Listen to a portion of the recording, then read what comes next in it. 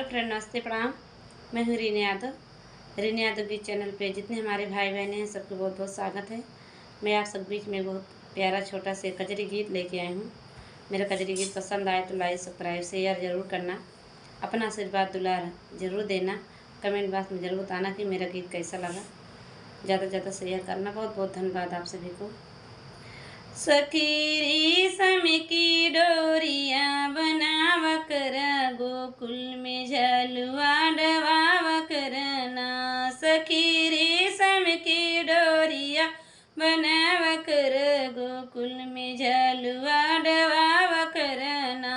सखी रेशम की डोरिया बनाव कर गोकुल में झलुआ डवाव करना।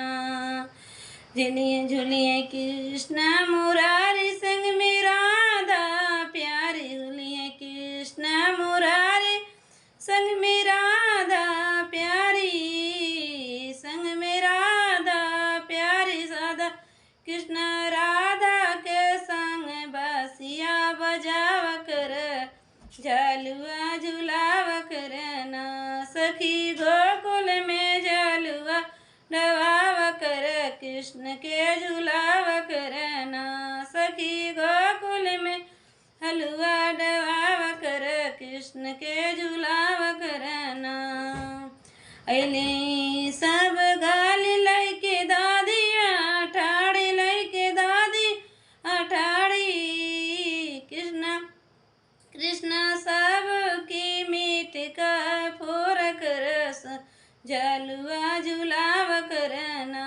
सखी गोकुल में झलुआ पाव कर कृष्ण के झुलाव करना। सखी गोकुल में झलुआ डवाव कर कृष्ण के झुलाव करना।